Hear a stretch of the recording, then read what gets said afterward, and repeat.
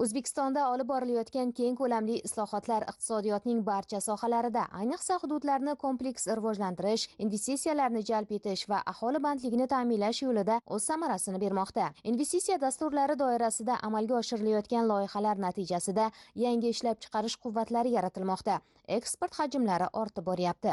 E'tiboringizni raqamlarga qaratsak, hududiy investitsiya dasturi doirasida 2025-yilda viloyatda 1,5 milliard dollar xorijiy investitsiyalar o'zlashtirilib, belgilangan reja 104,2% ga bajarildi. Eng ko'p xorijiy investitsiyalar Xitoy, Birlashgan Arab Amirligi, Turkiya, Ozarbayjon va boshqa davlatlar hissasiga to'g'ri keladi. Shu bilan birga viloyatda salkam 500 million dollarlik 18 ta yirik va ahamiyatli loyihalar ishga tushirildi. Bu orqali 1300 dan ortiq yangi ish o'rinlari yaratildi. 2026-yilda jami 2,2 milliard dollar xorijiy investitsiya va kreditlarni o'zlashtirish rejalashtirilgan bo'lib, bu 2025-yilga nisbatan 157% ni tashkil etadi. Shu vaqtgacha asosan agrar sohaga ixtisoslashgan Oqdaryo tumani bugun tom ma'noda sanoat jadal taraqqiy etayotgan hududlardan biriga aylanib bormoqda. Tumanda bugungi kunda 185 ta korxona faoliyat yuritmoqda. Ushbu quvvatlarda 1250 nafar fuqaro ish bilan ta'minlangan. Joriy yilning yanvar-dekabr oylarida jami 1,2 trillion so'mlik mahsulot ishlab chiqarildi. Oqdaryo tumanida yangi ishlab chiqarish korxonalarini tashkil qilinishida investitsiyalarning ham o'rni katta bo'lmoqda. Birgina 2025-yilda tumanda 65 million AQSh dollari miqdorida to'g'ridan-to'g'ri xorijiy investitsiyalar o'zlashtirildi. 2025-yilda tumanda faoliyat yuritgan sanoat korxonalari 1 trillion 200 milliard so'mlik sanoat mahsulotlari ishlab chiqarildi. Bu 2024ning o'sha mos davriga nisbatan 111,7% ga ortiq bilan bajarildi. 2025-yilda 4 ta yangi sanoat korxonamiz ishga tushdi. Ushbu sanoat korxonalarini ishga tushish natijasida 60 milliard so'mlik qo'shimcha hajm yaratildi. 150 nafarga yaqin ishchi ish bilan bandligi ta'minlandi. Tumanda faoliyat yuritayotgan sanoat korxonalari ulushi asosan tekstil va qurilish materiallariga ixtisoslashgan bo'lib, ushbu korxonalar 2025-yilda sanoat mahsulotlarining eksport hajmi 22 million dollarga yetdi. 2026-yilda qo'shimcha bizda 5 ta loyiha ishga tushirish rejalashtirilgan bo'lib, ushbu loyihalarimizni bugungi kunda qurilish montaj ishlari amalga oshirilmoqda. Urgut iqtisodiy sanoat zonasining Oqdaryo tuman filiali hududida 7 ta loyihamiz ishga tushish rejalashtirilgan bo'lib, bugungi kunda auksion savdolarga chiqarilgan va 6 tasida yutib olinib, bugungi kunda qurilish montaj ishlari amalga oshirilmoqda. Taraqqiyot mahallasi hududida joylashgan qishloq xo'jaligi mahsulotlarini saralash, qayta ishlash korxonasi 2025-yilda faoliyat boshladi. Turkiyalik investorlar ishtirokida tashkil etilgan korxonaga Turkiya va AQShning zamonaviy texnologiyalari o'rnatilgan. Loyiha qiymati 7 million dollar bo'lib, yiliga 5,5 ming tonna qishloq xo'jaligi mahsulotlarini saralash va qayta ishlash imkoniyati mavjud.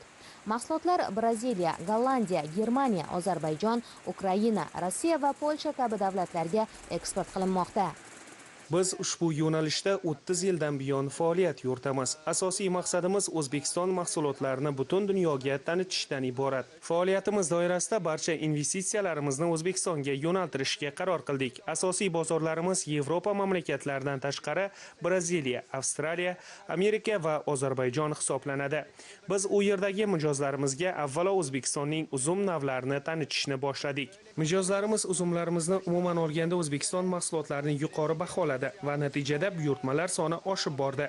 Shu sababli hozir imkoniyatlarni kengaytirib, yana bitta korxona ochish rejamiz bor. U yerda ham olcha, o'rik, olxo'ri, shuningdek quritilgan mahsulotlar uchun alohida ishlab chiqarish va qayta ishlash liniyalarini yo'lga qo'yib, O'zbekistonning boshqa qishloq xo'jaligi mahsulotlarini ham sotish va mijozlarimizga keng targ'ib qilishni rejalashtirmoqdamiz.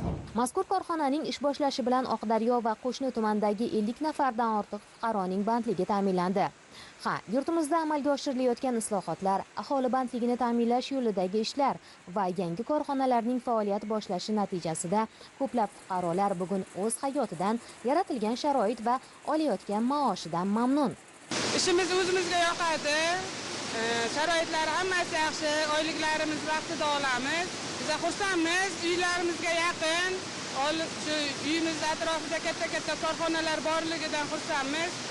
Ro'zg'orimizga ancha foydasi tegyapti. oilamizga, jamiyatimizga foydamiz tegadi. Oldin bu ishlar yo'q edi. 1 yildan buyon shu korxonada ishlayman. Avval ishsiz edim. 3 ta farzandim bor. Biz bu yerda ayollar bilan opa-singilday bo'lib ketganmiz. Aql-inoq qilib ishlaymiz.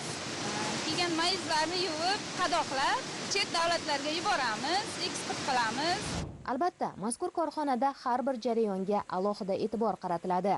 O'zbekistonda ishlab chiqarilgan yorliq ostidagi bu mahsulotlar sifati har bir ishchi xodim uchun muhim. Sababi, yangi korxona o'z xaridorlariga sifatli mahsulot yetkazishi va yangi xorij bozorlarini topishi kerak. Taraqqiyot mahallasi hududidagi mana bu korxonada esa PVH profillari hamda eshik romlari ishlab chiqarish yo'lga qo'yildi.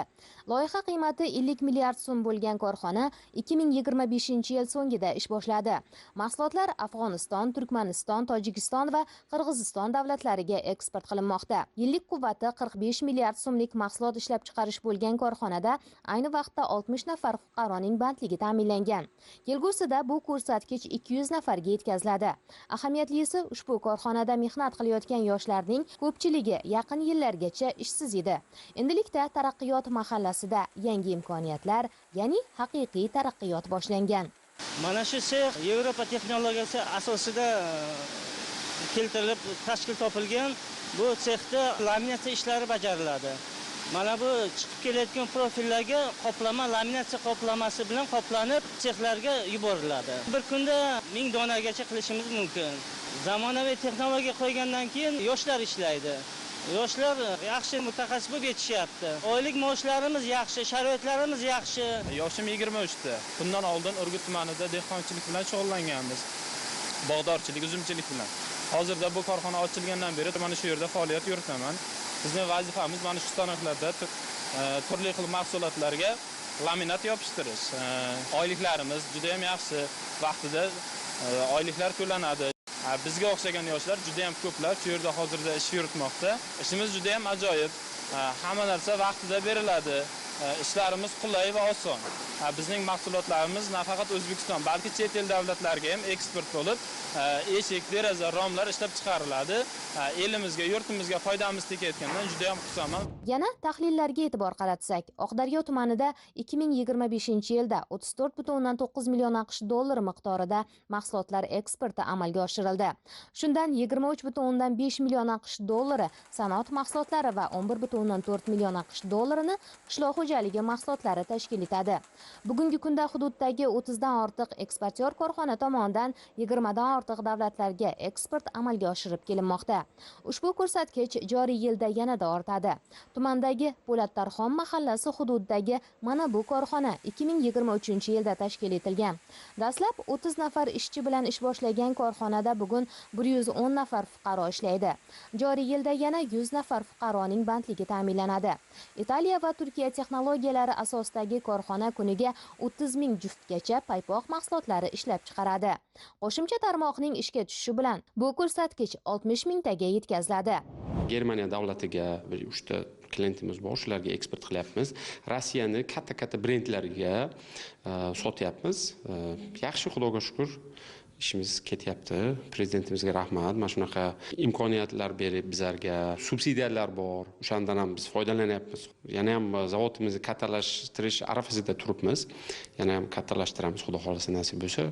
Hozirga 110 kishi ishlayapti. 2026-yil oxirigacha borib, Xudo xolasa yana 100 ta ishchi o'rin yaratamiz. Bugun korxona mahsulotlari Rossiya va Germaniyaga eksport qilinmoqda. Ayni kunlarda Avstriya bilan ham kelishuvlar olib borilyapti. Mazkur ishlab chiqarish quvvatida asosan xotin-qizlar va yoshlar faoliyat yuritmoqda. Bu orqali ular daromad topmoqda, oilaviy hayoti farovonlashmoqda va o'z orzu maqsadlarini ro'yobga chiqarish yo'lida intilishmoqda. Bizning ishxonamizda imkoniyatlar juda katta, ko'p yoshlarni ish bilan ta'minlashgan. Oyliklarimiz o'z vaqtida, eng asosiysi bir-birimizga hurmat izzatdamiz. Bizning o'zimizning mahallamizga ham masofa juda yaqin, mashina berilgan. Mashinada borib kelamiz. Biz bu yerga oilaviy ishga kelganmiz. Mana shu yerga ishlab, bir qizimni turmushga berdim. Beradigan oyliklari juda barokatli. Shu yerga ishlab, shu yerda orqasidan imorat qurdim. Mana hozir yana bir qizim bilan shu yerga ishlayman. Ikkinchi qizim tepada ishlaydi. stanokda monpasda ishlayman. Bir kunda 2,5 mingta, 3 mingtadan ziyod qilib ham taqlaymiz. Mahsulotlarimiz hammasi sifatli. Hozirgi vaqtga chet elga chiqishga mana hojat yo'q. Chet elga borib ishlab kelganman, lekin hozirgi vaqtda mana shu yerga ishlayman. Prezidentimizga ham rahmat. Mana shunaqa imkoniyatlar berishgan ishbilarmonlarga. Shu yerda 1,5 yildan beri ishlayman. Hammasidan mamnunmiz. Ishxonamiz sharoitlari yaxshi, issiq. Oyliklarimiz vaqtida beriladi. Ayol kishini ishlagani o'zimizga yaxshi, ro'zg'orimizga foyda.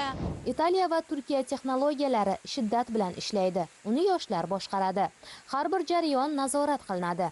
Axir sifat birinchi galdagi asosiy vazifa. Ishlatayotgan apparatlarimiz Italiyadan kelgan. Paypoqni ishlab chiqaradigan modelning eng oxirgi versiyasi. Bular daqiqasiga hozir tayyor mahsulot ishlab chiqaradi.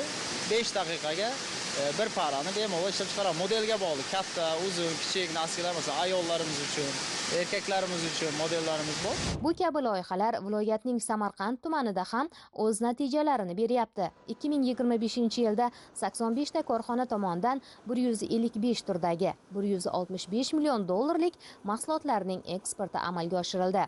Shuningdek, 2026-yilda yangi tashkil etilayotgan qishloq xo'jaligi mahsulotlari hamda sanoat korxonalari hisobidan 300 million dollarlik eksport amalga oshirish rejalashtirilgan. Mana bu mebelchilik yo'nalishidagi korxona 2003-yil tashkil etilgan. 180 nafarga yaqin ishchi xizmat qiladigan korxonada 200 dan ortiq turdagi mahsulotlar tayyorlanadi. Rossiya, Qozog'iston va Tojikistonga eksport qilinadigan mahsulotlar jahon standarti talablari darajasida tayyorlanyapti.